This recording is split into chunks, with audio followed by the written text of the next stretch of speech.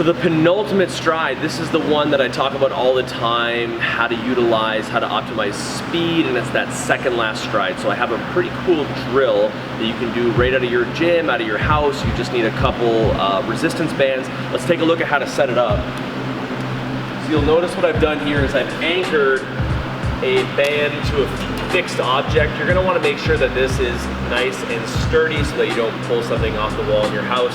I have 2 bands attached, and then what here I have is a bit of a cradle that I can slip over my leg. I'm using a carabiner. If you don't have something as a carriage to go around your leg, then you can just kind of hop your leg inside this last band. So step 1 is going to be slip the foot inside the band, and we're gonna bring this up just over top of your knee. This is going to be on the leg of your second last stride. So if you are like me and your last 2 strides are a right-left plant, then this band will go over, you guessed it, your right leg.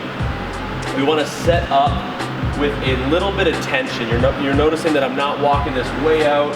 I'm walking it to a point where the band now has no real slack in it anymore.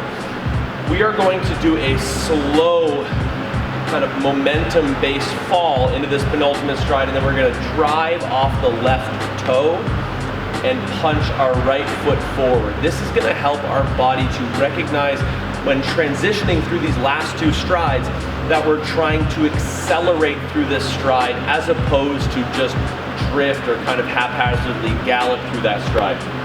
So we're gonna be nice and tall. I'm gonna have the camera come around so they can be in front really quick. You're gonna notice that I sit into my left leg, I let the weight rock forward, and just before I feel like I'm about to fall on my face, I'm going to drive this right leg. So I'm rocking forward, and then I drive that right leg, and I walk it back. Do it again here for you, nice and tall. We are going to let the momentum rock forward. You're noticing that I'm not just leading with my head and shoulders. We've talked about this ad nauseum, that we're not leading with the head and shoulders. We're keeping those back over the hip. I'm gonna rock forward, punch, and drive that stride. The goal of this is that when I release the band and I go through my full approach, and I've trained this like any other resistance-based exercise, that this stride will now have some additional acceleration, additional power through this stride from the resistance formed from the band.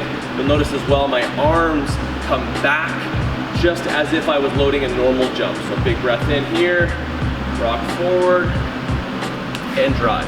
Good. It can be difficult to stick that landing, but if you can stick that, fight for it, because again, that will help drill some positional stability, that when we get into this kind of penultimate stride, you're gonna have the band pulling back, you're gonna be fighting those forces.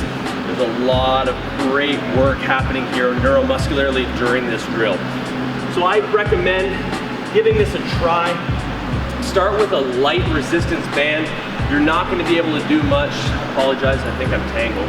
But you're not going to be able to do much with a band that is too tight. You're going to get stuck.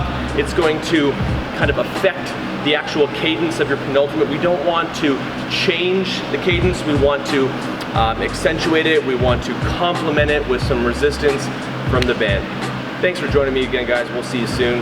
This is Tyler Ray.